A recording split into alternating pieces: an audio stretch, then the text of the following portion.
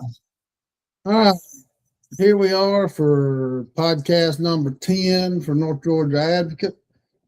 Sorry we've been off so long. We hadn't been on since December 16th, but we had the holidays with no meetings going on or anything. And then you had the beginning of the year, didn't have nothing really going on until January 8th.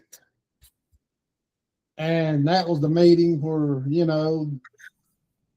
we found out about the decision on the tax assessors, and then we've had a couple of more meetings since then. And another one's supposed to be tomorrow. I think it's been canceled because of MLK Day. I'm here with Brandon Reed. He's filling in for Viral while he is in India with his family. He's going to be over there through the middle to end of February. And he's got a GoFundMe too, doesn't he? Trying to raise. He's got a GoFundMe set up. Trying to he was talking about how his father-in-law is having to start leukemia treatments. He just posted on there if anybody wanted to help him. We got a link posted in the North Georgia Advocate group. I don't know how expensive that is in India, but I'm sure it's not cheap. I mean, it's probably a whole lot cheaper than it is here because they've got high taxes over there and they subsidize all their health care. That's why things are cheaper in all these countries, because they pay 50% of income taxes. And we're close to that. They're not paying for the health care out of their pocket when they go get it done. They're paying for it when they get paid every week. Yeah. They're prepaying. It's pretty much what's happening. But I don't know how. He hadn't mentioned any costs, and I don't even know if they know any costs, but he said it's been, pretty rough. They've been enjoying their time over there, getting to spend time with because all his family's over here, mostly. But his wife's family had never even seen their baby or anything. So they went over there and they was going to spend some time, and then, and then they're supposed to come back. But I'm sure it may depend on how the leukemia treatment's going or whatever. I mean, but the good thing about it is today, leukemia is not a death sentence like it used to be. If you get the proper treatment, you can live a good life. It ain't, it don't necessarily cut years off your life. No, I've known a couple of people that's beat it. Yeah, I mean, you can keep it in remission for years and years at a time. Yeah, So that's a good thing. Let's hope they caught it in time. I don't know a lot of details, but if anybody's interested in sending some money, just please reach out to us and message us, and we'll find a way to get you in touch with Viral to get the money to him. Every little bit can help. I sent him a little bit, didn't send a whole lot. But, every little bit helped. And probably when Viral comes back, Brandon's talking about wanting to stay on and do the podcast, and we could have a 3-man, or him and Viral do it sometimes, and me and Brandon, or Viral, just a little combination of all the three, so all of us aren't tied to it every week. Yeah, I'm down for a threesome. Oh, yeah. Yeah, hopefully I've seen, I keep up with Viral there. Hopefully Trump ain't following him, so that way he can come back into the state. I know he's probably watching, so. Oh, yeah. Good luck, brother. Oh, no doubt. That's hilarious. Hey, and no jokes aside, you never know these days. Seriously. I know a lot of people from different cultures living here in the United States citizens that are afraid to travel to their home countries right now because they're like, I'm afraid of coming back. Oh, yeah. They're like, I'm a U.S. citizen. I was born here. I live here. But I'm afraid if I go out of country, they might not let me back in. Well, and the only exceptions they have are for like athletes and political figures, like athletes, they got to come over here to make a living, and, or I don't know those people. Huh? I'm just talking about regular people. Oh, I know. That's what I'm saying. There's no exceptions except for certain carve outs, and Yeah. and that's unfortunate because a lot of people can't travel like they wanted to, Yeah. and we've got like over 60 countries now that don't even accept American visas or passports anymore because of what's going on now. I mean, it's a shame. And before I forget it, I want to go ahead and mention that we're going to wish the best for the owner of the Concerned Citizens of Hall County Group, Vicki Kennedy. She had surgery this past week on her kidneys down at Emory University, and we want to wish her the best and a speedy recovery. Yeah. You know, it's she's had kidney issues for a long time, and hopefully, you know, what they did in the surgery is will fix a lot of her problems. You know, you don't want anybody to go through what she's had to go through. I mean, having bad kidneys. I mean, kidneys are, you don't realize how important they are till you start having issues with them. I mean, it's like one of them things that where you just take it for granted. You don't. As I whip out my Red Bull. Oh yeah, damn organ failure in a can right there. I know. It's bad. We're over here wishing her luck, and I'm over here killing mine. But yeah, we want to wish her a speedy recovery. That group, they're all, everybody's been over there sitting on pins and needles, and they've set up a meal train and everything for her to try to make getting food to them and getting them help a little bit easier. So good.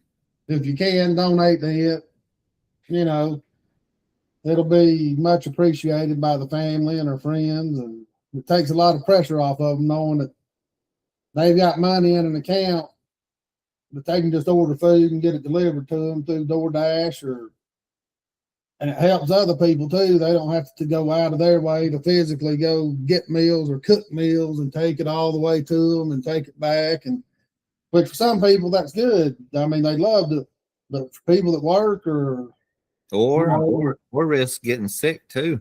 Yeah, you don't want to take the sickness. Me and you've had that bug for the past 3-4 weeks now. Yeah, that's one reason why we haven't had a podcast the last 2 weeks, because we've both been sick as dogs. Yeah, so it's probably best not to prepare any homemade meals and just exactly because you may be a carrier and not even know it. I mean, because this flu bug is going around, boy, it ain't no joke. Nope. It took me out, and I'm still not 100%. I'm not either. I didn't have it as bad as you did, but I doubled up on Mucinex and Alka-Seltzer Plus and Theraflu and supplements, and I was taking zinc and magnesium and vitamin D, vitamin B12, vitamin C. It's the 18th right now, and I know I got mine on Christmas Day. I know that for a fact. That's when my mom gave it to us all.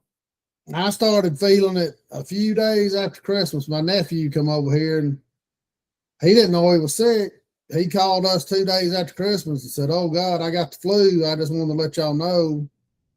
And then it wasn't 2 days after he called, then we fought it off for as long as we could, and then it finally hit.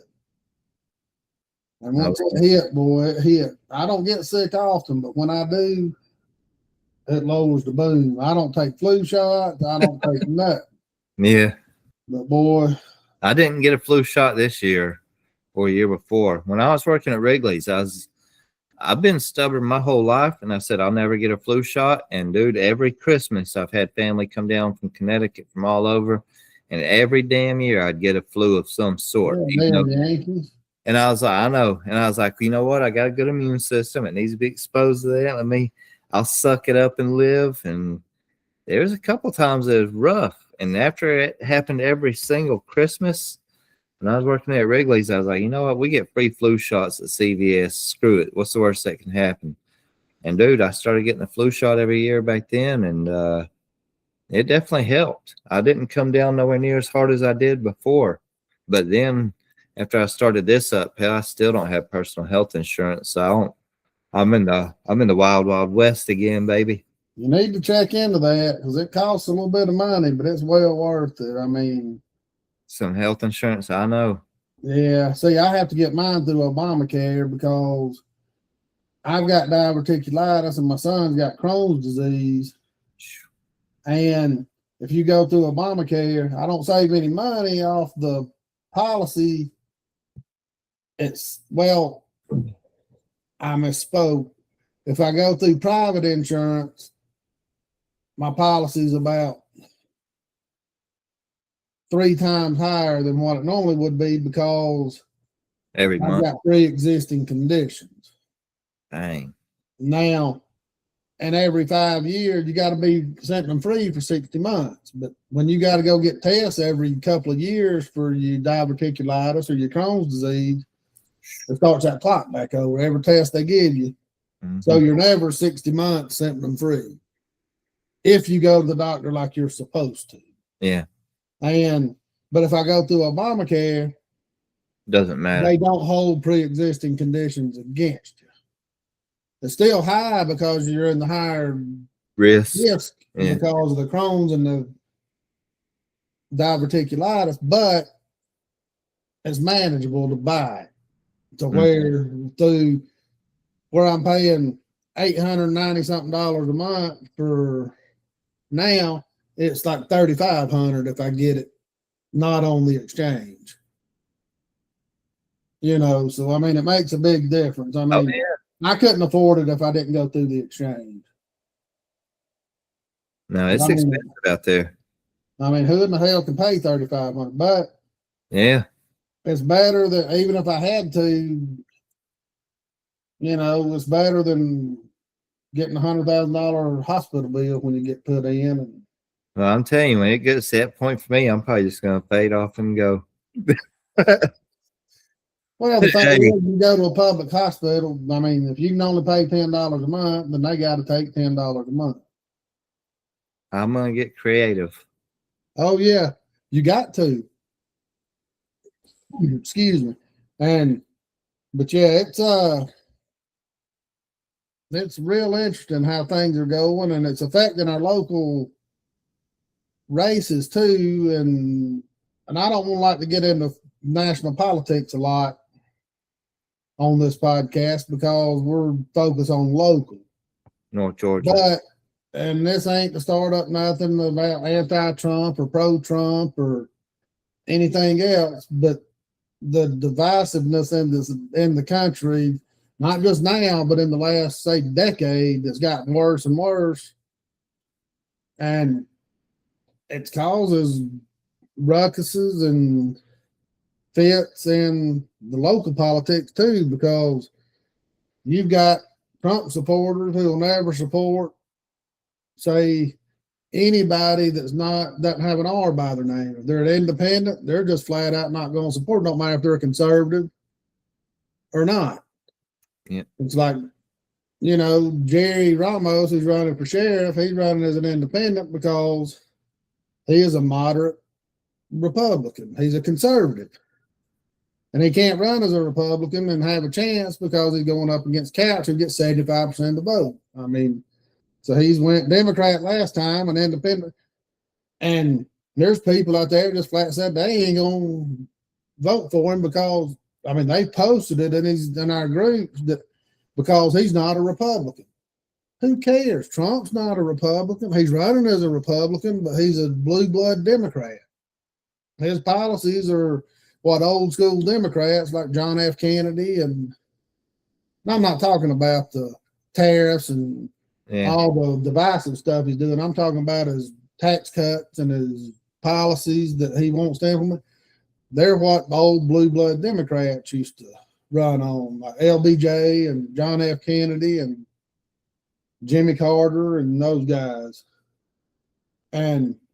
But now the left just went so far left that he looks conservative. But you've got, and it shouldn't be that way. You should vote for the best candidate no matter what they got about, especially in local politics. Now, I understand voting straight Republican or straight Democrat ticket in federal elections and stuff, and even state elections. I mean, this state would be in bad shape if we wouldn't have voted for Kemp instead of Stacey Abrams. I mean, just for her policies. I mean, you understand?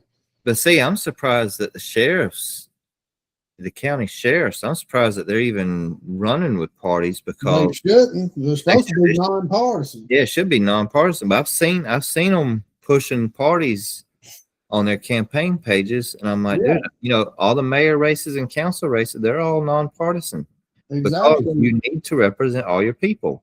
All judges, all council members are all nonpartisan, so it should be sheriff should be nonpartisan. Yeah, it should be. It should be non-biased, nonpartisan, and it's in USA. You've got the right to be whatever party you want to. Right. The position should be ran as a nonpartisan. But just because you got an R beside your name shouldn't guarantee you 70% of the vote. Nope. And I've seen that recently. I'm not going to say where because it might pinpoint that person. But I've seen that in local politics south of here. I'll say that much. Right. Local politics south of here. You see people hide behind that party and wear it as a mask just because it's the majority of the demographics in that voting district. Right. So they'll run as Republican all day long, but got zero Republican ideals, and vice versa. And vice versa. You'll have some shady people go down to Decatur and Gwinnett and those areas and run as Democrats that really don't know Republican vote versus Democrat. They really don't. They just know they're in for it for themselves, and they know if they run as Democrats, they can get more votes. Well, and when they get in there, they overdevelop and they run however they want. Well, and especially people like, I don't know if you remember it, but people younger, they don't understand that Nathan Deal and all the big older Republicans that are in office now, they were Democrats. Yeah. And they switched parties because the Democrats started going so far left. They switched in the mid 80s when Reagan got in, and got in office, in the late 80s and early 90s, they started moving parties. Yeah. From the Democrats to the Republicans. Now, on the state level, I understand, the governor and the representatives at that level. Yeah. I understand because they are the ones making, local abortion laws. They're the ones making laws that actually affect your lives as far as a nationwide standpoint legally. But as far as what affects you and your neighbors and your property and your community, your local politics matter big time. Exactly. You should be voting for the best candidate. Yep. Not for the party. Yeah, because party issues don't even apply to a local level. Party issues are at the state and the national level. Seriously. Right. I mean, that's where the laws change. Now, you can have a voice as a mayor or council. You can have that voice. Yeah, you can have conservative ideals. It is, and it is good, and I get it. It is good that the leader the people represent, vote for. It is good that person has the same ideals as the constituents. That way there's a reflection of that representation. It is good to be on the same page, but at the same time, like I said, the national policies and laws and beliefs, it's not anything. It's not anything anybody can do at the local level. No, not at the city and county. No, the city and county. And if we get rid of partisan local parties and local politics, it would make the voters more learn something. It would make them more aware, and they'd have to learn something about candidates instead of just, I'm just voting Republican anyway. Yeah, because a lot of people asked me that when I was running for mayor, and they saw my man bun, and they're like, "Are you a Democrat?" And I'm like, I was like, dude, it's a nonpartisan race. I said, it's on record that I said it back then, so I'll say it again. I said, look, I'll be 100% honest with you. I've got a man bun, but I'm 40 years old, and I voted for Trump. I'm sorry. I'm mostly Republican. That's how I was raised. I said, but let me explain, because I graduated from Johnson. I've had a lot of friends from Mexico, from all over. We had, a couple of dudes from Iran, believe it or not, went to Johnson with us. I mean, we got we had a pretty good diverse mix at Johnson there. And I've had friends even after that, you know, throughout my career. I've had friends from all over the world. And, you know, when you're in a city or county position, you need to be able to represent all those people regardless of their party. And that's why it's important to be nonpartisan, because yeah, I mean, Everybody matters. when it comes to making decisions, permanent decisions that's going to affect your community, you need to be in touch with everyone in your community, not just one demographic, because No. that's the selfish way to be. I mean, it is, and I'm And sorry. That's one reason that minorities and people have a distrust of law enforcement, because the majority of them, and especially in this area, all the leaders are white. The Republicans, the Democrats don't have a vote, and it's changed a lot in the city council now. The city's got a good diverse mix of people on the city council, but in Hall County, it's all older white people. And well, Gainesville's got some diversity going, I think. Oh, yeah, that's what I'm saying. The Gainesville City Council, they're very diverse on their city council now. Yep. And it's not that way in Hall County, and it makes people feel like they're not represented. And don't get me wrong. And don't get me wrong, because you know what I just said, somebody would be like, you know, sending that Leonardo DiCaprio meme, they're like, oh yeah, that's exactly what a Democrat sounds like. No, that's not what I said. I didn't say turn around and bend over and give the minorities everything they asked for. That's not what I said. No. I said they deserve an equal voice as everyone else. There's a difference. You do what's best for the community and all involved. You can't. Yep. And like I said, you put it to the people. If it's a big decision that's going to be permanent and a drastic change, you put it to the people and try to get as much input. You go to the street, you put out pamphlets, and you get the people's opinion. Well, the reason I bring that up is 2026 vote's going to be a big one in Georgia, because we're going to have a new governor. Yeah. And we're going to have a lot of seats up. Yeah. And the state legislature, and starting next year, we're going to start having more seats coming up on the county commission, the board of education. What else we got from the local level that's going up for vote? We got Andrew Clyde and Sam Covillion. Yeah, and Sam Covillion and Greg Poole's running for 9th district or 10th district. Yeah. Representative. And, you know, I'm not voting for Clyde. I don't know if I'll vote for Poole. I don't know if I'll vote for Covillion. You know, I'll tell you this from my experiences running for mayor, Covillion's hitting the damn road, dude.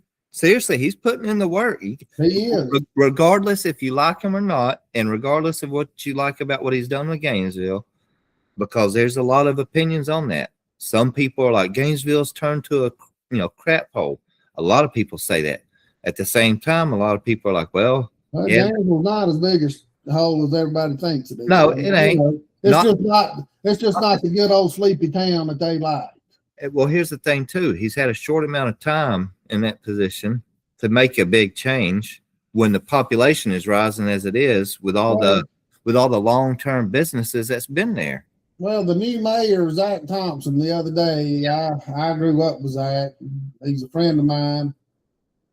And me and him don't agree on a lot of things that goes on in the city, and he knows that, and I know that. Me and him and his brothers had many talks about it. Ryan, that's used to be on their planning commission. And anyway, they asked him in an interview the other day, I'm kind of ad-libbing here off of memory, but they asked him what his plan was with the city, and he said, what people don't understand is, whether you like it or not, Atlanta's moving north.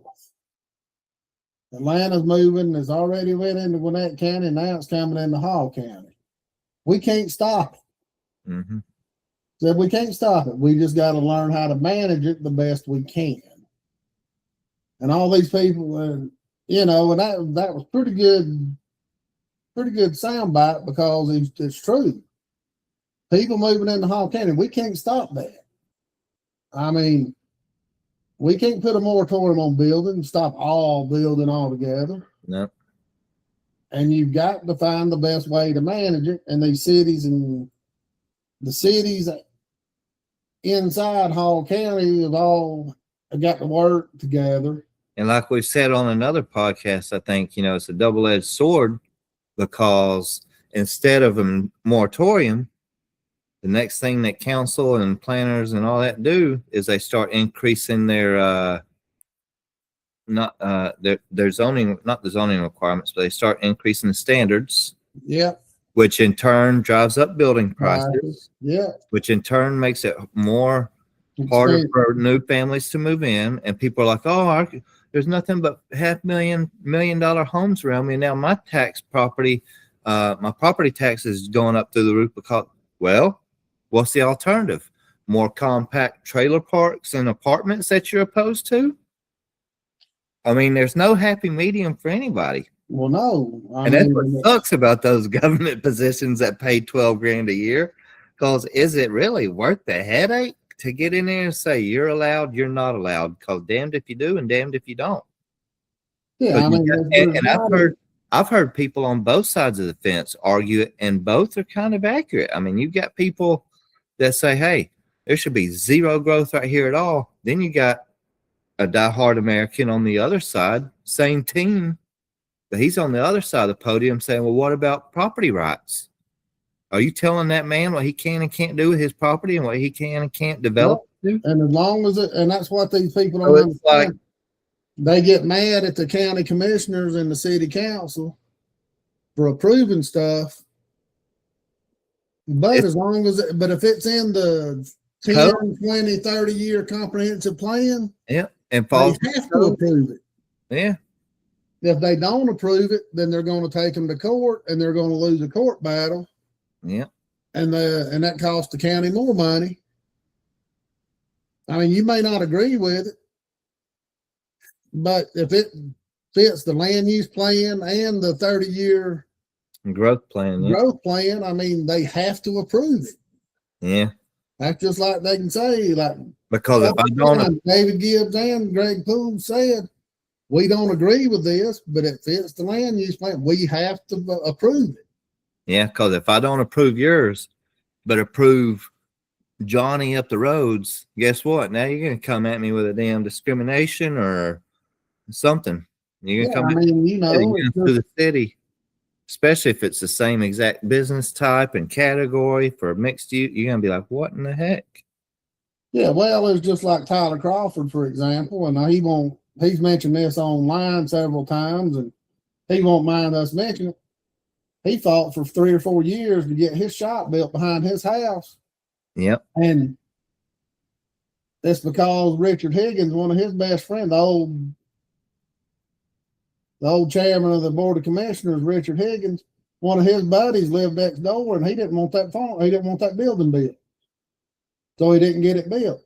Dang. But as soon as David Gibbs got in, Gibbs got the hell out of the way and let the commissioners vote how they needed to vote with the land use plan. It ain't coincidence that as soon as Higgins was out of office, Tyler gets to build his barn and his business. No problem.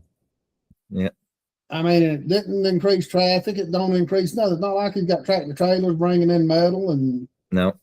No, I mean, it's a small business, and you don't even know it's there unless you know it's there. Yeah. Like we said before, at least that permanent, semi-permanent structure, look at the alternatives. Well, if he sold it to a developer and now you got a gas station going there, townhomes going there, now you're really going to be mad. Oh, yeah. So you got to weigh your options. We got to think about this as citizens.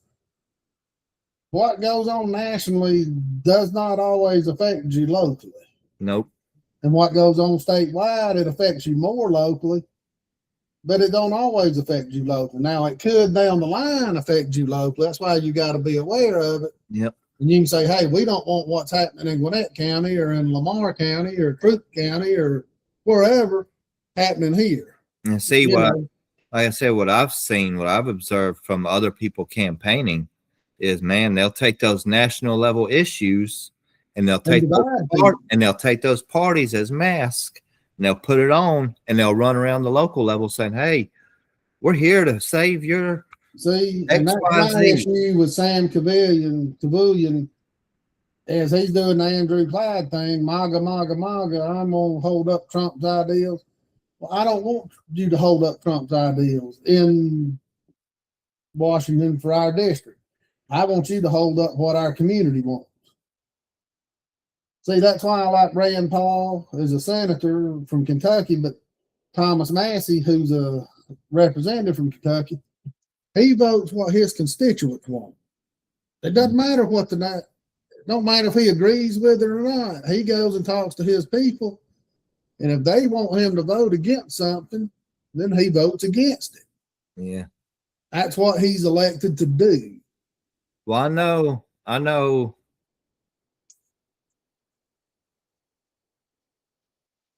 I hadn't really, I don't know. I need to go back and look at his page and see how much of it he's pushing that on, because I know, I'm sure a lot of different MAGA chapters are inviting him to speak. I'm sure of that, because that's what's going on. You know, that's where Corey and Tyler and no, Corey and Mark Turner. Mark, yeah.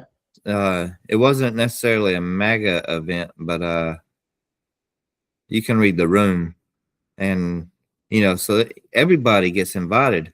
It's just when I was here in Brazelton, a lot of people were surprised that I was the only one invited to the Democratic ones as well. So you saw, you know, on my page, I was at a lot of Republican events, but I was also at some Democrat events because, like I said, I wasn't opposed. And I think that's the problem, is a lot of people are just uncomfortable when they've already been very public about which side they lean on.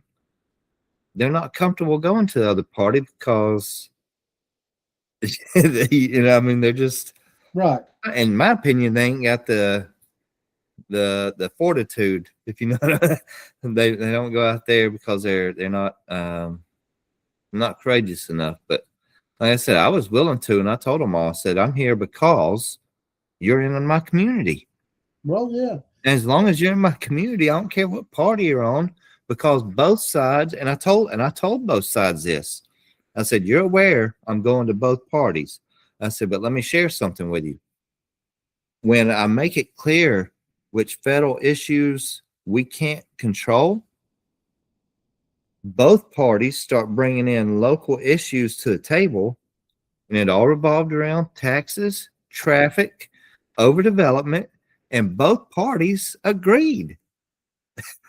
And both parties have good ideas on how to combat that and how to grow with a slow pace to keep up with the demand, but still, you know, not shoot ourselves in the foot. So that's what sucks about local politics, is that most of the leaders, they know the divisive nature of the party system, and they use that to keep us fighting each other instead of working together to get this. Exactly. And they don't want us to work together to get those results, because look what happens. I mean, we've got all these advocate groups here, and they don't like it. No. Y'all are informing the people, and you're putting the people together. And at the end of the day, if we can make the right engagement and get the right attention, those will turn into votes. Yeah. And that's what's going to get the hell change we needed here. Well, yeah. And with that said, let's get into the local issues that have messed with us the last 6 months. Everybody knows about the planning commission got caught having illegal meetings. Georgia. They only got them for a year because that's all the video they had. You know, if they'd have had video for 2 or 3 years, 5 years, they'd have caught them probably doing it back for, you know. And anyway, they had the hearing on December 17th or whatever it was, and the people, Frank Sosebee, Stan Hunt, and Chris Braswell, their attorney told them not to show up and defend themselves. Yeah, I was there. He would defend themselves, blah, blah, blah. Anyway, all the evidence was presented. For anybody that wants, we're not going to go over it page by page or anything on this podcast, but I've got it all posted in the North Georgia Advocate Facebook group. and I'll eventually, in the next few days, have it all posted on the website. At North Georgia, at NGAdvocate.org, but you can read through all the details. But anyway, they found him guilty. Everybody testified. I mean,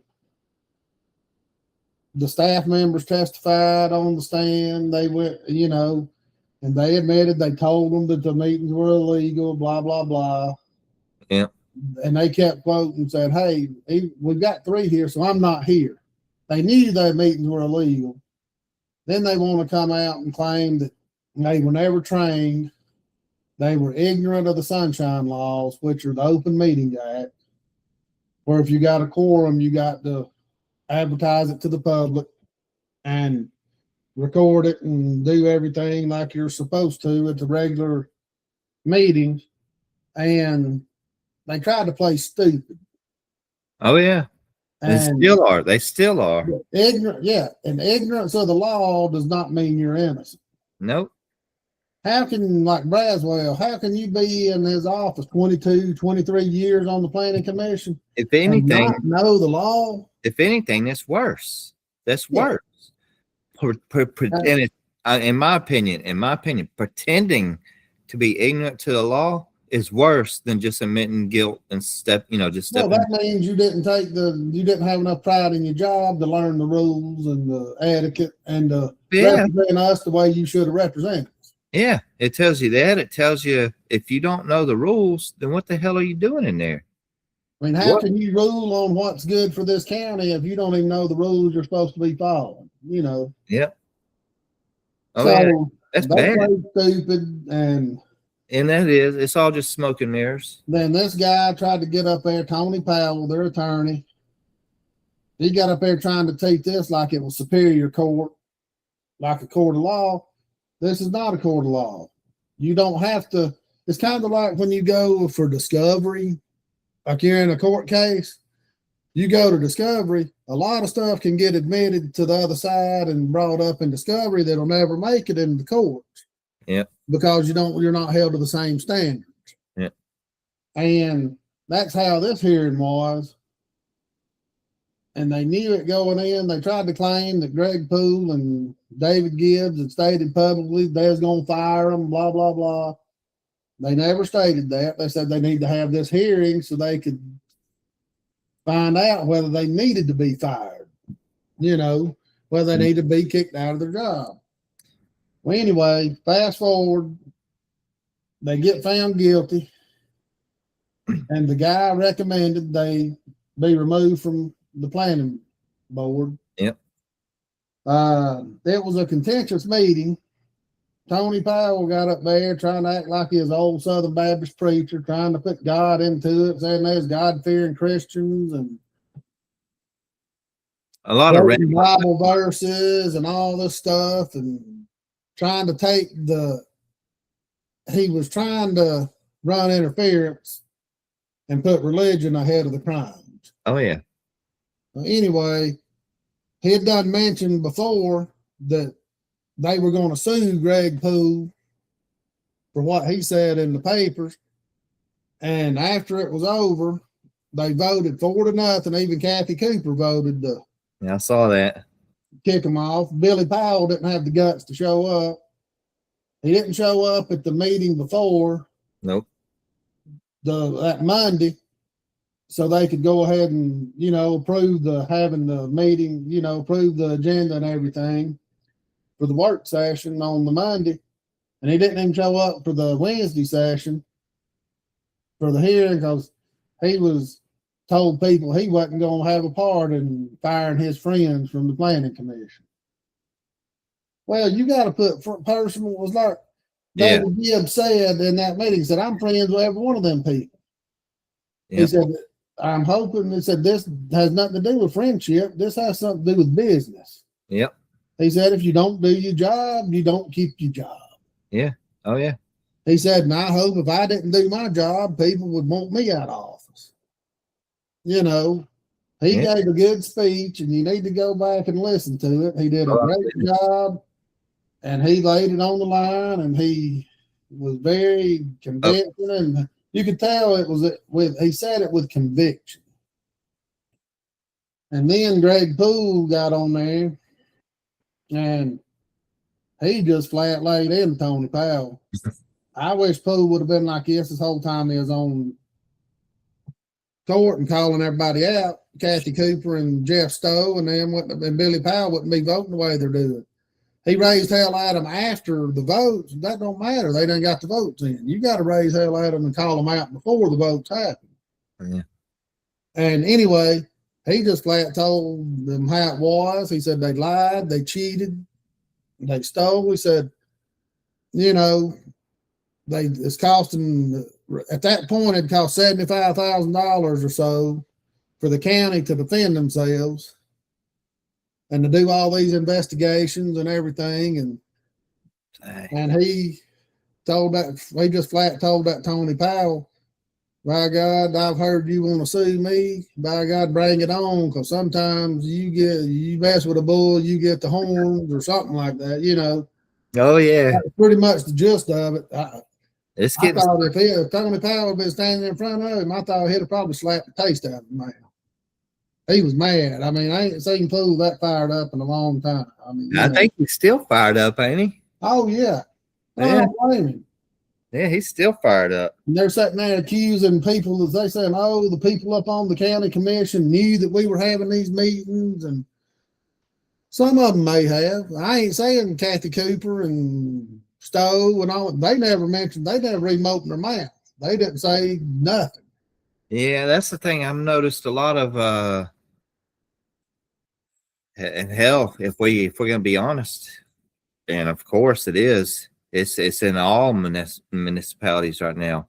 There's a lot of shady stuff going on. Oh yeah, it's all even in different departments. There's a lot of shady stuff that everybody is aware of in whatever field we're discussing. All right. So like in any of these political environments, the local levels, there is shady stuff going on in all of it. And the bad thing is everybody under that roof knows what's going on. Yeah, but here's the thing though. The thing is, and I've noticed this when I was working at Wrigley's. All right. So,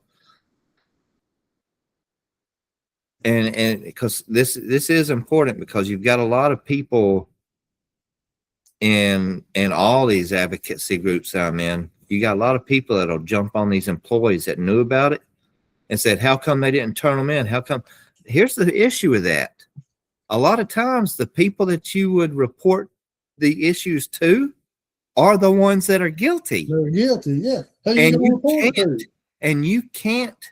You don't know, and this is you don't know who to trust. Yeah. That you can report to actually get some action done and your job still be safe, because a lot of times that employee is the only one that knows about it.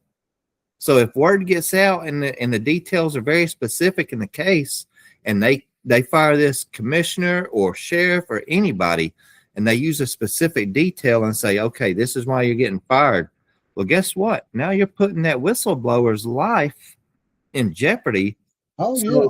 So that's the thing. A lot of people aren't, and it's not that they're protecting anybody, and it's not that they're comfortable. Protecting themselves. And it's not just that. They're protecting their family, because they took this job to provide a livelihood for their family. They didn't know they're joining the mafia. They didn't know they're joining the most corrupt swamp in Georgia. They didn't know any of that. They look at the times we're in. A lot of people are still getting laid off and hard to find jobs. So when you've got a decent county job or city job, and you finally you finally get the blessing. I mean, that's a good job for any role. Oh, any government job's a good job. Yeah. So when they finally get into that position and they can build an opportunity for their family, and then now they're somehow, at the coffee in the break room there, getting coffee, and they start hearing what's really going on upstairs, they're like, holy crap. Well, I don't want to put my job and my family at risk, because if I get fired from here as being the one that ratted them out, I'll never get hired on in this field ever again. And they most likely won't. No. Because other swamps are going to know that so-and-so was a whistleblower. We don't want that in our office. Exactly. Well, and that's why I find it hard to believe that I'm not saying these people knew anything about it, but it's hard to believe that Zach Probst and the county attorneys and everybody else in that office didn't know something was going on. And I'm not saying this particular instance, but they've been in that office 4, 5, 6 years, some of them, and they've had to know, because this ain't just been going on just the past year. They just got caught. And it's hard for me to believe that everybody in that planning office and on that county building over there at Hall County Planning that's in those offices didn't know something was going on. Oh, yeah. I mean, hell, they may not have known it was illegal because it's been going on so long. It may have been going on 10 years, 20 years. That's what I was going to say. If they're showing up with donuts acting like business as usual. Yeah, I mean, they're probably like, it's been going on, then nobody thinks twice about it. Oh, everybody walks, they're just having a meeting before they go into the real meeting, no big deal. Let's be honest. Hell, probably 75% of people in all these groups wouldn't have known it's illegal until Tyler and Jody and everybody put this all together. Exactly. So I'm not trying to blame anybody. I'm just saying that other people knew it was going on, and somebody in charge, whether it be the county attorney or the county administrator or whoever, they should have been open enough and non-biased enough for people involved that wanted to say, look, this is going on. We think it's illegal. It needs to stop. Yeah. Oh, yeah. And not have to worry about the job. You got to have somebody in those. And again, I'm not saying Zach's guilty, Zach Probst, or anybody, or the county attorney. I'm just saying it's hard to believe that at some point somebody in that office didn't know that what was going on was not right. Yeah, I don't know. And the thing is, corruption's just gotten to where it's so commonplace. It's there. None of them. I mean, it's like in Washington and everywhere. A politician gets caught with his hand in the cookie jar. Now there's no consequences. Nope, they're still getting lifetime retirement. There's no consequences to anything that they did. I mean, and if they were to seize assets and drop that net worth down to zero. Oh yeah, I guarantee it'd start cleaning up. And and back to the meeting, Greg Poole went off, David Gibbs went off. Poole wanted to rescind some of the votes that the planning commission made that was controversial votes, because they had meetings before specific dates and they set up, okay, Frank, you bring it up, I'll second it, and then you vote against it, and then at the end we'll still approve it. Blah blah blah. They had a whole game plan going on, and that was before a lot of the crucial votes. And if they wouldn't have got together and planned this, some of the stuff may not have passed. And to keep the county from getting sued from the people, Greg Poole wanted to rescind those approval votes and then have them resubmit their plans for free. Wasn't going to cost them any money to resubmit it. Then they'd go back to the planning commission, then it'd go back through the county so they could do it the proper way. Then Jeff Stowe comes in there and takes it over and tells him how to write it up. And then he's the one that puts it up he hijacked it from him so it wouldn't get approved pretty much. Anyway, it was tied 2-2, so the votes were still standing. It was going to get voted down anyway, but it's just the principle of it. You know who the swamp is. Yep. The three amigos, Cooper and Stowe and Powell, And then to top it off, we found out today or lately yesterday evening they filed an appeal of these charges. Yeah, for the They're dead to rights. They've been found guilty by 3 different independent people. And they don't agree. they're taking this to Superior Court. It's been filed so quickly that you can do the online court case search and it's still not even in the system. So this had to be done Friday sometime before close because it won't be in the system till next week sometime. And they don't have a court date. And these 3 people, you're talking that Tony Powell's probably charging $400 to $700 an hour. Or more, Yeah. Because good attorneys were charging $500-600 an hour in this area 10 years ago, for regular people. And you got to look every 8 hours in court, that's $3,200. That's not counting the time it takes to prepare for it and all. So, they're a good $75,000 to $100,000 into this. Oh, yeah, because $12,000 a year job. Because here's the thing. It's no different than the contracting world. When you get contractors that land, and here's the analogy. When you get contractors that land a government job, they milk it. Oh yeah. So what do you think these lawyers are doing on any side of this case? Well, Powell couldn't milk it too much to start with because he was under such deadlines. But now he's going to start to milk it. Why not? And we've been told by a couple of people who the money man is behind it, but we don't want to bring it out until we can prove it. They're not paying for this out of pocket. I ain't privy to that information, but I ain't gonna take no guesses, but they're not paying for this out of pocket because ain't none of them this rich.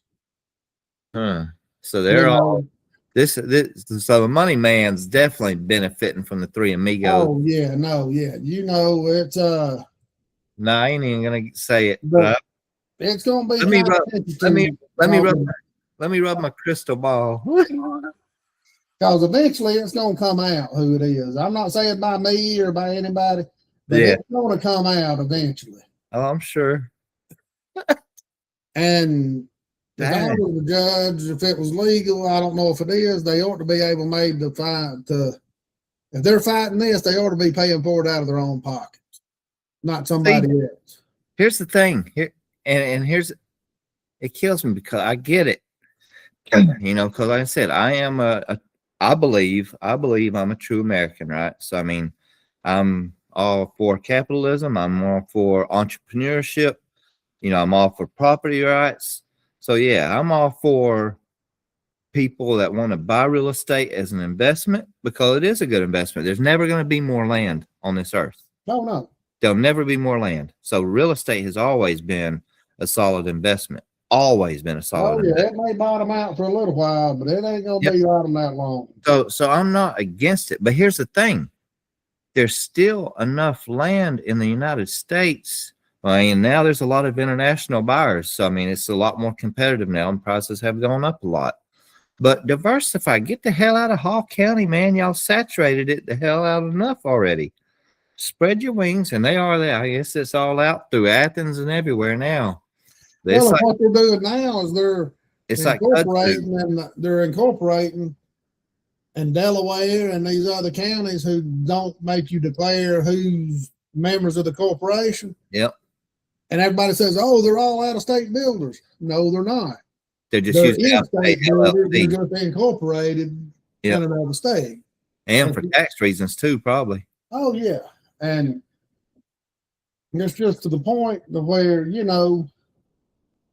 these 3, and I'm not going to say these 3, but anybody that sues to keep their job shouldn't be able to be financed by somebody. And it's probably against the law if you look into it. I'm not sure, but it's almost impossible to prove. I mean, hell, they could be meeting them with a big bag of cash and letting them go to the bank, or they could pay cash to the attorney or whoever. I mean, you can't stop it. I'm just saying. Yep. But why are they fighting this hard for a $12,000 a year job? They don't get per diem or anything. If they go and look at property, they don't get mileage. They don't get nothing. Oh, I know. No insurance. It's not that important of a job either. Nope. They just make recommendations to the. Now, it is important because it makes all these builders and developers get their ducks in a row before it gets to the planning commission. It does. Don't get me wrong, but the planning staff does a lot of that work before it gets to the, and if they were never even around, the county probably wouldn't even miss it. If it was me, if I was the county, I'd just disband the planning commission altogether. Let them go to staff, and if whatever the staff recommends, it'd take it to the planning commission. That's what's happened the last couple of meetings, and it looked like it was working pretty good. Yeah. But it takes one layer of possible corruption out. Now the question is, I've always wondered, Stan builds cabinets and Sosebee's got a construction company. How much work did they get off of these jobs? Well, there's some flooring when. And I'm not saying that they got work directly from the plan submitted to the planning commission. Yeah, I'm not saying that at all. I'm just saying the people that they rub elbows with and who they get to be friends with. That's why they want to keep the jobs, because it opens up doors and avenues that they'd never get if they were not. And that's not how it should be. No, it shouldn't. I can tell you this from my mayor run. It matters. Oh, it matters, because I promise you. It matters. I know several people that are members of the Chattahoochee Country Club. They can't stand it being out there. Boy, they have to, because of the businesses they're in. It opens up doors to everything else that they're. Yep. Because once it got closer to election day, there was a couple developers that started trying to get real buddy with me. Oh yeah. And I even told them, I said, dude, I know what projects you are behind. Stay away. He goes, I will, but once you get in, I said, no. I ain't talking about my public image for the vote. I'm talking about period, dude. I said, no offense. And it's nothing personal. I said, but you and your agency are the exact people that my people don't want in our town. I said, I'm going to be up front with you right now. If I get in, and that's probably, hell, that could be why I got shot out the water, because I pissed off the wrong developers. But I told them, I said, dude, I said, I'll be fair and I'll be honest with everybody. I said, if it's zoned for that use, you'll have the same opportunity as every other developer to put that where it goes. I can't make any promises, and I'm not going to be buddy with any of y'all. You all have the same opportunity when the time comes, and it'll be as fair as we can make it. But I'm not going to be friends with everybody and just give an open door to the city to put whatever you want, wherever you want. Right. That ain't going to happen. And they didn't like that, dude. They respected it, which is funny. They respected it. You can tell, but you could also see they immediately switched gears, like, oh shit, this ain't our guy. All right, But they respected it. They said that's fair. Well, and that's what I like about Gibbs, is he's wanting to clean it up, but he can only do so much. Even Poole wants to clean it up. Yeah. But they're being outvoted 3-2. Nothing's going to change until Stowe or Cooper. Stowe's on it for another 2 years. Powell's on it for another 3 years. He just got elected again last year. But Cooper's up for re-election this fall. Mm-hmm. And we don't need Mark being on, because he's just swamp as the swamp is. Even though he's new to politics, he's got ties to Jensen Franklin at Free Chapel, who's got endless money. He's got ties to the Siphon family, the Casey Cagle family.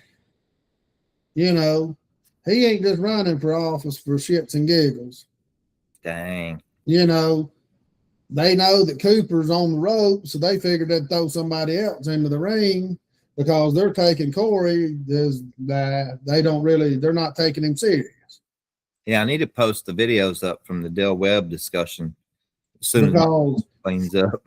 See, Corey has got a well-known family in South Hall to all the locals. But the problem is, South Hall's grown so much that they've forgotten about it. There's not locals down there anymore. Yeah. You know, nothing against Corey. I mean, he can't help his grown so much, but most of the people down there don't even know who his family was or is. And that's a shame because his family had a long-standing tradition, and he grew up in South Hall. They've been there for decades, for generations. And he's a good dude, man. He's got the best interests of this county at heart, and you can't say that about Kathy Cooper or Mark. You don't know enough about Mark to know what the hell he's going to do, you know.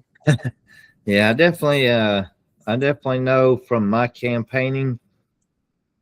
It's been, well over a year now. Corey was out there a year ago. Yeah. And he was at that point, he was still very well informed and knowledgeable of the job and what's required of it, and very, very firm on his position on it. I mean, he hasn't shifted to fit the needs of a majority of voters or anything. He's stuck with his principles. He said, "It's what I stand for," which is coincidentally what the majority of us stand for. We don't want unnecessary overdevelopment given to the buddy system. You know? Yep. And and we've got a Board of Commissioners work session supposed to be on the 20th, Tuesday at 3:00. It's going to be interesting to see what comes up. There's been some developments. We had that big development going to be on Sardis Road. Had 400 or 500 slips for RVs and boats and everything else, and a bunch of condos and townhomes and business. It got pulled from the calendar. The developer pulled it. See, he knew it was going to get voted down in the climate that was going on right now. Brian Rochester, he ain't stupid. Then you got tomorrow evening at 6:00 at the Ramsey Center at Lanier Tech. The Nortons are having their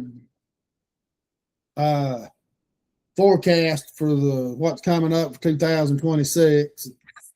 They got a little meet and greet with cocktails starting at 5:30, and then they got their meeting starting at 6:00. Let me see what the name of it is. I got it right here. The Intelligence 2026 forecast. They're going to give the forecast of what they think is going to go on in Hall County and Northeast Georgia for 2026. Well, when you control most of the land and a lot of rental properties and all that, you can give a pretty close forecast, You know what's going to get approved and not approved. And they've got Frank and them, they got their thumb on the heartbeat. They know what's going to go on. And I've heard he's got a crystal ball. Oh yeah. They said he goes by the Mystic. Because have you heard that? No. Yeah, they say he's got a little purple hat too, and he can predict the future. Oh yeah, he's the wizard of Waverly Place, man. The Wizard of Green Street. And then Wednesday, we got the Hall County Board of Tax Assessors. This will be the first meeting of the new people elected. The first meeting, the January 7th, they've just basically sworn them in and got them acclimated. This will be the first meeting of the new Tax Assessors Board. Richard Higgins and AJ Zorzalo, or however you say their names, they got to complete all their coursework, and Richard Higgins, it just pisses you off. He was already voted out of office because the people in Hall County was sick and tired of him. And then here we got one of the three amigos, I think it was Billy Powell, puts him right back on the tax assessor. Higgins is 70-something-year-old. He can't even hardly walk, and you want to keep him involved. Crooked as a snake. I don't even know why you need people at this point. Just have it all run off of Zillow. Give you your damn fair market appraisal value and fucking rate it at 20%. They use that. I don't have it right in front of me, but they use not the GIS or something, but No, something. it's GMAS. They use GMAS, and that's all they do is run it through a damn algorithm, and it tells you what the property's worth. Yeah. And anyway, this will be their first meeting for the most part, and new appointees, they've got to do like within 6 weeks or 8 weeks, do a introductory class and do stuff. And then they got to complete 40 hours of classes down at the University of Georgia. And if they don't get certified and do those classes in a year, then they get booted, supposedly. And as of like November or December, there's still one member of the last group that hadn't completed their classes. And I'm sure they have by now, they'd have been booted or fixing to be, or I don't know when the 1 year started, but it's coming up pretty close. Yeah, and and we got these new people in on the tax assessors, and these are important positions because they are. That's what affects us. Because they're fixing to have they've got a big ruckus going on for a few years with the Lake Lanier Islands Development Authority and all that with Hall County and Gwinnett County. And you can't go in there and you'll get your ass handed to you by these lawyers and certified accountants if you don't know what the heck you're doing. I know. When you go into them type of meetings, and you'll get the county in a big mess. And that's why it's important you got to put qualified people on the board. I mean, I honestly believe you should have to have a CPA's license to be on the tax assessors. I mean, and see, I agree. Hard to enforce it, but because CPAs may not want to be on there, but I mean, there should be some minimum qualifications. I agree with that. There should be some minimum qualifications. But I'll say this, I'm not sure, from my perspective, I'm not sure if that UGA course is something that I would agree with. Only because I know,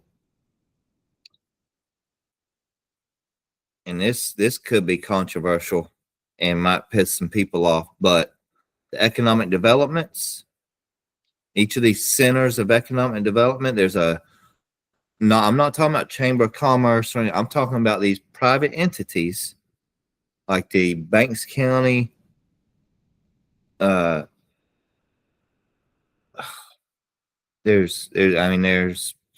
trying to think if there's cities too. I know there's Walton County.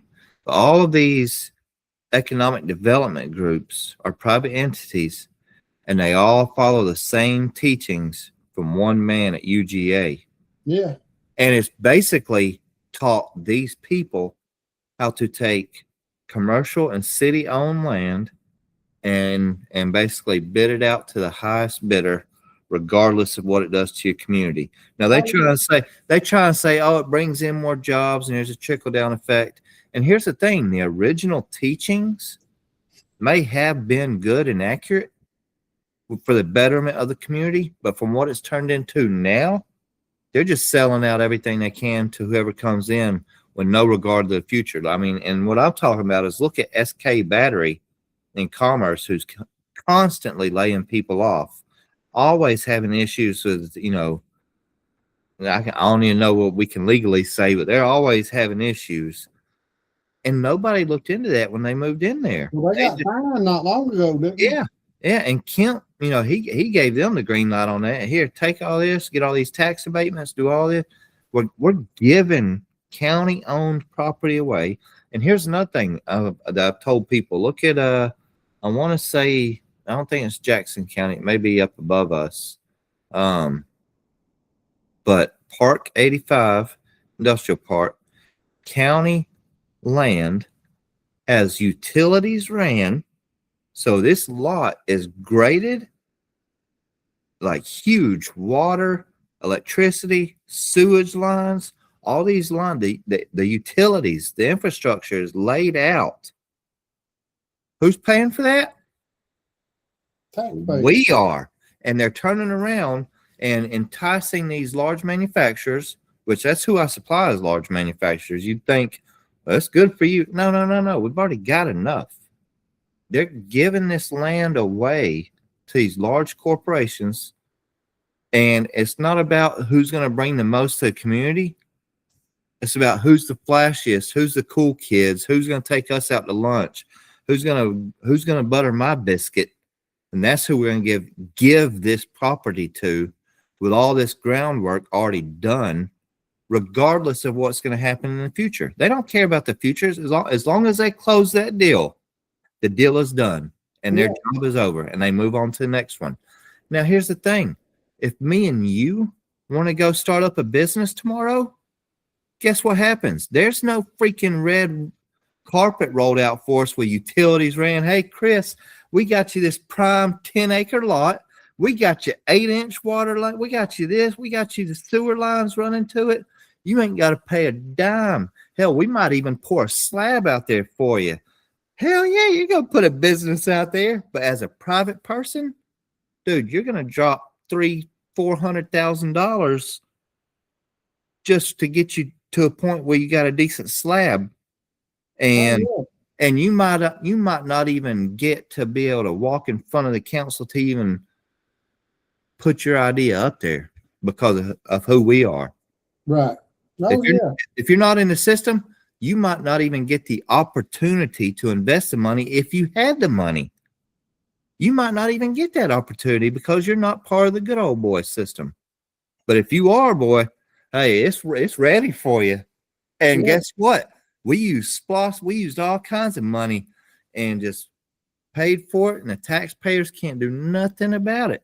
And guess what? Once you're in there and you got all this stuff going on, all these 18-wheelers, now those people that paid for it are going to start bitching about it, and there ain't nothing they can do about it because it's permanent. And that's the reality of what we're living in. That's the reality.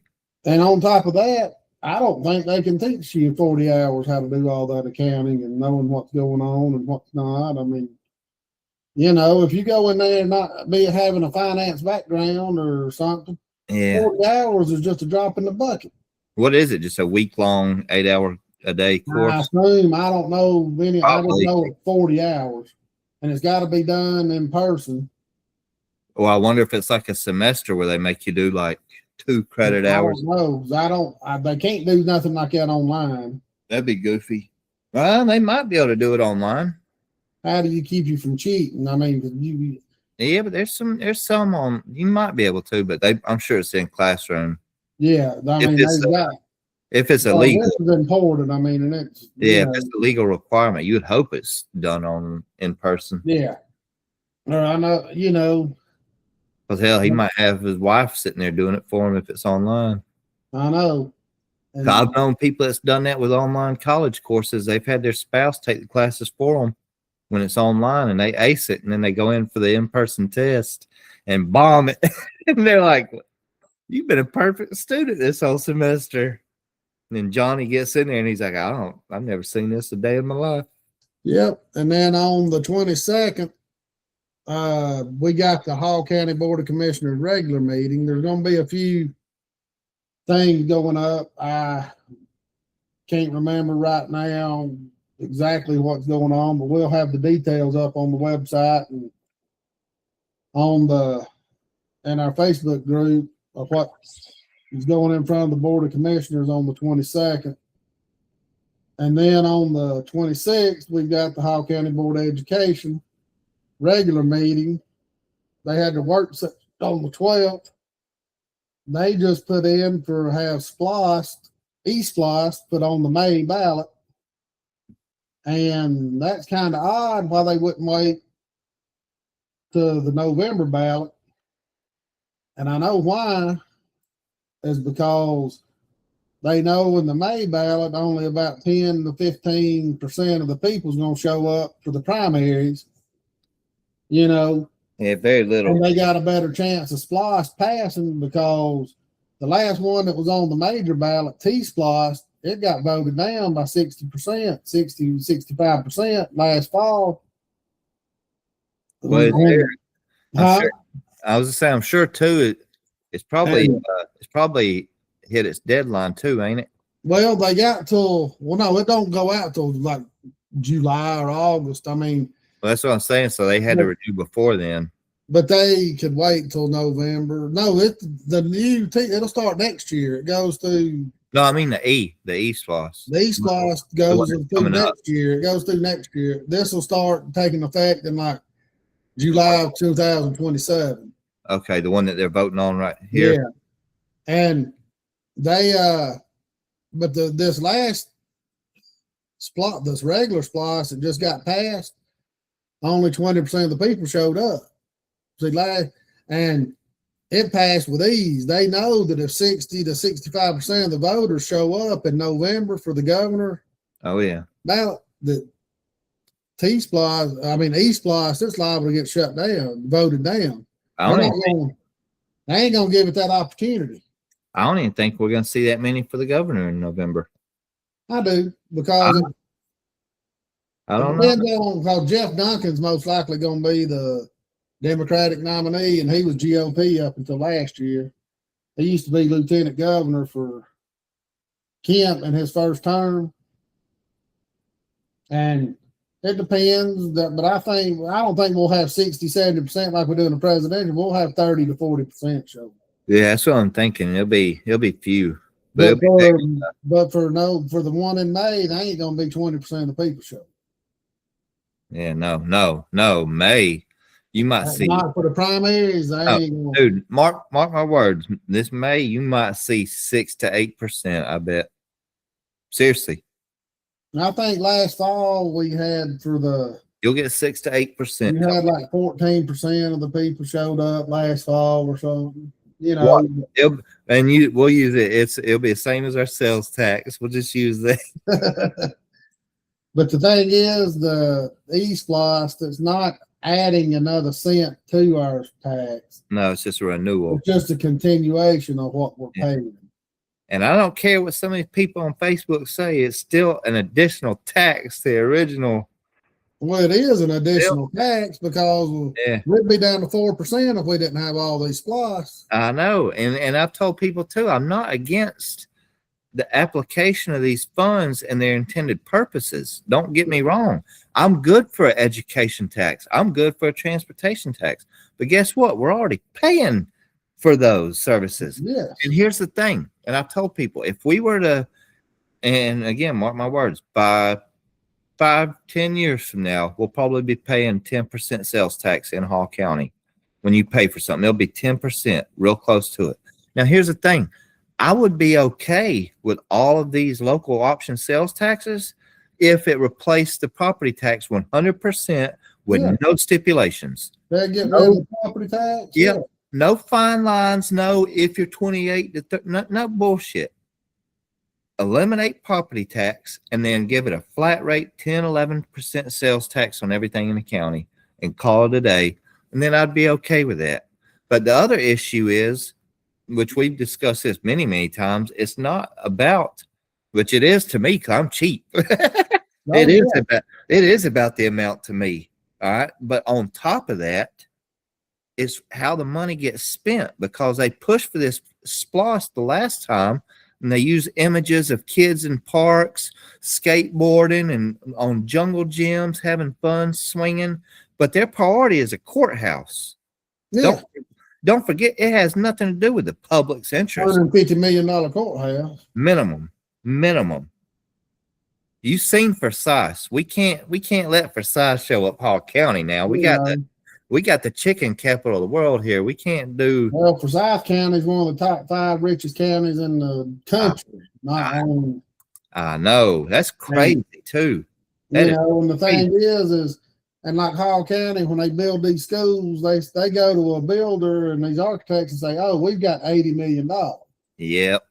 Give me what you can for $80 million." And that's the wrong approach. It is. You go in there and tell them this is what we need. Yeah, here's our blueprints. Give me a quote. Well, no, this is what we need. You draw up blueprints and tell me how much it's going to cost. Yep. And if it costs more than what you got budgeted, you say, "Well, we've got to eliminate some of this stuff." Then you can tell them what your budget is. Yeah. But before they know how much money you got, you need to just go in there and say, "Look, I need this. What's the cheapest I can get it built for? But dude, do you know that's gonna mess up the good old boy system? It used to be that way up until about 15 years. Used to, when I do Bidding? work for my dad in them's company, they didn't tell you that Yeah, the it quote was amount. a quote amount. We got 80 million, or we got Yeah. 50 million, or we got what?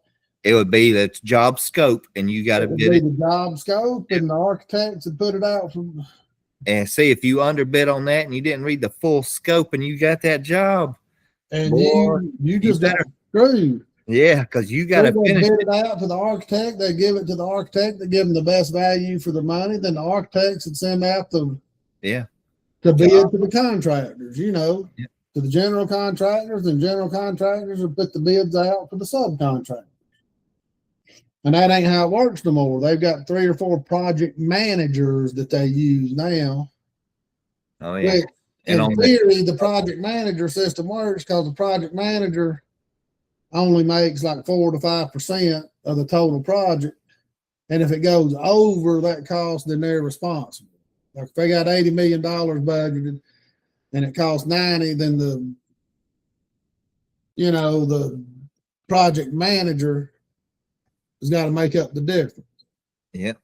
But that's not how it works because they over budget everything. It ends up being like in Hall County, you got 2 or 3 builders that build everything. It's not bid out. Well, it is, but it's the same 3 people bidding on shit, Oh yeah. The monopoly of contractors here. Yeah, that's exactly what it is. And, It is. So. Because they know exactly what numbers need to come across that desk. They know it's not too low. They know it's not when too I was bidding the commercial roofing contracts for my dad's companies, we was competing against the same roofing companies, for the most part. For the past 20 years. It would be funny. We all had it down to a science. We'd all be within $10,000 or $15,000 each. If you'd have like say you're building a $25 million school, the roof would cost $5 or $6 million. Yeah, square footage and you'd know, like say, to make. And when I say the roof, I'm talking the roof, the curbs, the metal work on all of it. I mean, it's all combined thing. I mean, it was not just the roof that keeps you dry. I mean, it was the parapet walls but say it cost, we'd all be within, say on $1 million job, we'd all be within $10,000 or $15,000 each other. If you had somebody that come in there lowballed, you'd throw that bid out because you knew they missed something. Yeah. Yeah. Or if they were real high, you knew that they were. I mean, sometimes, there'd be some bids within $2,000 or $3,000 each other. If you're good in your trade, dude, it's that way. I'm the same way in machining. I'll put out some quotes now that I've got. And a lot of it comes down to your supplier. Like with us, they use hot asphalt, which is petroleum based. They can only guarantee you price for like 90 days or 120 days. So when you put in a bid, they have to lock in that price because when they break ground on a job, on a school, it may be a year before you can even start putting the roof on. Yeah. It may take them that long to get it graded, get the slab poured in, get the steel erected, and start putting the metal deck on. There's a whole process. It takes 3 years to build a school from the first ground, from the day they push the first bucket of dirt till they open it. It's 2.5 to 3 years to get it completely done. Yeah, people don't understand that. They're doing the old Chestnut Mountain. I guess it was Royal Language Academy here recently off Wander Highway, but they, I think it's the old one's completely torn down now, if I ain't mistaken. I think it's pretty sure it's Carol Daniels out there. Oh yeah, that's a good old PD. I wouldn't let them build me a damn doghouse. I couldn't afford a doghouse for them. They get a punch list. They get the major work done so they can get the draws off of it. They won't ever go back and finish punch. when you got a construction company that builds the same schools over and over, because these architects use the same design, and you've still got a punch list this thick at the end of it, that means you know something's wrong. You left off a lot of stuff. Yeah, they don't make money doing the detail work, so they do the major work, get their major draws, and then it's hard to get them to go back and do the punch list. Yeah, just put up the bones in the walls and let's get out. So, there's a lot goes into it, and that's what matters when you go, but especially with the Board of Education, they get 60% of our damn tax money. Mm-hmm. So we got some board members coming up for re-election in the next election or two as well. We got to start looking at getting rid of these Board of Education members too. The Schofield's fixing to be on his way out, and that'll be a great thing for Hall County. So, anything else you want to get into? Yeah. The big news, because that's probably another reason my phone crashed out this weekend is my phone's been blowing up from Brazelton news over here this weekend. Friday, the mayor and council came together, and I'll bring up another point to this, but the mayor and council came together to put our town manager on administrative leave and said they're parting ways. She's been in office. She's been involved, not in that office per se, but in politics for a long time, hasn't she? I think 97 or 95. That's been like 25 years or so. In the same office there. 30 years or something. Yep. I mean, it's been a long time. I think. Plus, she got appointed to Kemp appointed her to the Oconee Development, not the Development Board, but some kind of governmental oversight for Oconee District or something. I mean, that whole area over there. And she knows her stuff. And get this, so the announcement was made on Facebook, naturally. So that's where we put our news. And me being a formal mayoral candidate here, hell, I chimed in.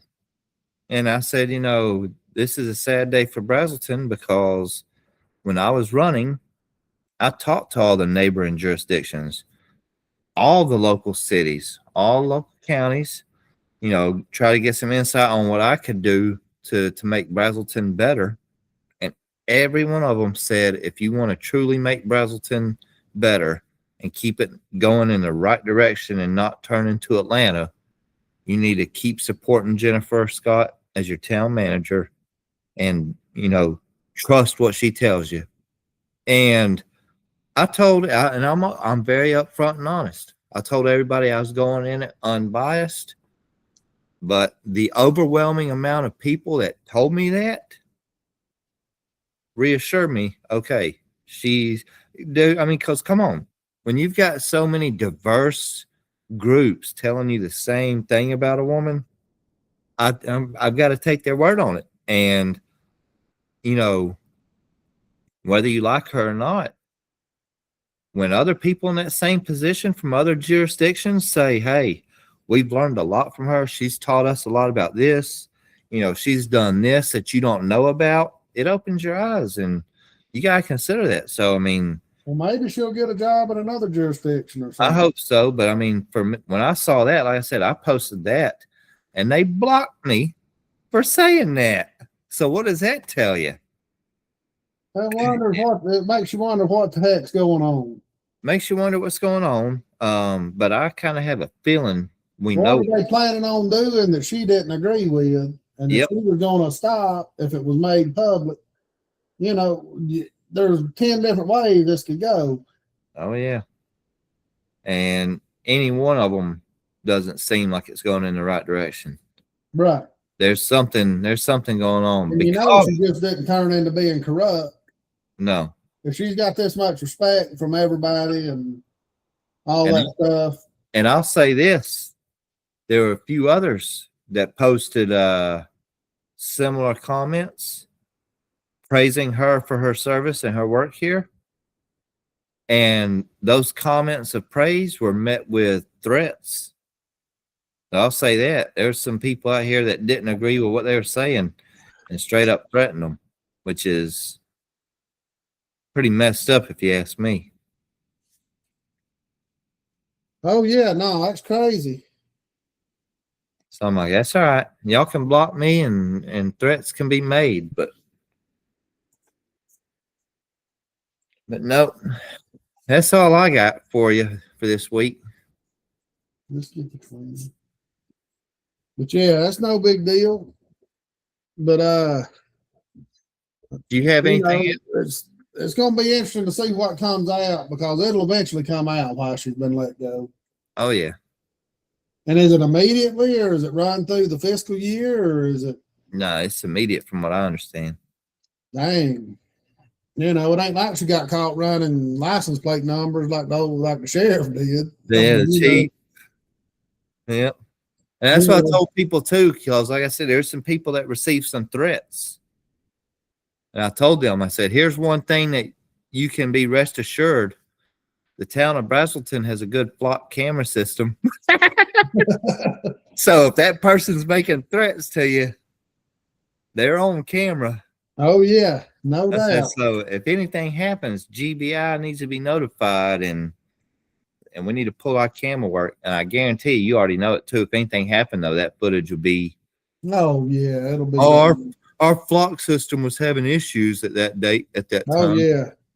Oh, I didn't like them cops when they get caught doing something. Oh, I forgot to turn my body camera on. Yeah. Oh, don't give me that bull crap. It would be the same thing here, 100%. They would say, oh, ever since the chief got fired for his corrupt, viewing of the flock system, we've had it on lockdown. They'll come up with something. Oh yeah. And I'd be dead. But hanging out on the side of the tree. We're going to try to do this every Sunday night from here on out and getting it out on Monday morning. I'll have this out tomorrow at some point. Okay. It takes about 2 or 3 hours we do this on Google Meet, because I've tried doing it on the professional podcast sites and all that stuff. And just not as good. Well, it's Google does it all for you. They render it.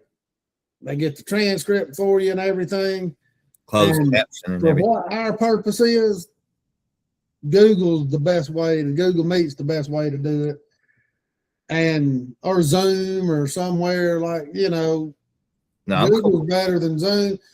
And now all I got to do is get it, and I just got to convert it, shrink the file down, and get it on the pocket. Where if you do the professional stuff, I've downloaded all that and toyed around with. It's not like we're got a syndicated show where we're on 15 networks or something. And, you got to have the good intro music and all that. Now, if we were doing all that stuff, we'd have to go to another platform. But, it takes Google a couple of hours to render the video and get the transcript out. And then, then I can shrink it down and upload it to YouTube and all that. It takes 2 or 3 hours. So I should have it up by lunch tomorrow. Sweet. Hopefully. And if we can start doing these every Sunday night, we can get in a routine, because when we started this last fall, we had holidays coming up and Thanksgivings and elections and different things. And now we need to have it every week consistently. So, because we got a big election coming up in May. I say we need to get Corey on here. And we're going starting in, we can't, I think they got to qualify by the end of March or early April. And because the election's not the May 19th. Well, we need to find out from Corey and then put the fake date out there. 2 weeks later. Yep. Qualifying is on this date. Dude shows up. That was 2 weeks ago, brother. And then what we'll do is we'll have Corey on. We're gonna try to have Tyler on. We'll have Steve Gailey on, who's running for District 3. We'll try to get Greg Poole on. We'll try to get Sam Cavulia. We're gonna try to have all the candidates on, and at some point, hell, we can get the food judge on here too, Brakefield. Oh yeah. Let's see what he thinks about some grilled chicken nuggets or something. And Maybe eventually, maybe Jerry too, sheriff-elect. yeah, we'll have Jerry on. He'll come on, and then we'll have we're gonna have Jody back on, and eventually We might even have Donald Trump. No, it'd be yeah. We'd have. I want to try to get together and have. Please let Viral back in the country. He'll take down his tweets. Oh goodness, Viral is stuck in India because of a Facebook post. But yeah, well, hopefully we can have a couple of candidates on at the same time and let them talk about their similarities and their differences, and that'd be cool. You know, not really a debate, just like a intro, like a round table. Yep. Yeah, you know, that's what it was at Chateau Del Webb the other night. It wasn't. Yeah, it wasn't a debate. It's just an introduction. And if we do it, it won't be on Google Meet. We'll meet it like in person and set up a video camera, and you know, we'll all be sitting at the table, and you know, we'll just have like a round table and just talk about our that's the easiest way to get our differences and what you know, let the candidates talk about what they agree on, what they differ. That's the best way to get it out of them instead of having a debate. Yep. Debate, they get pointed, they want to attack each other. That ain't what we want.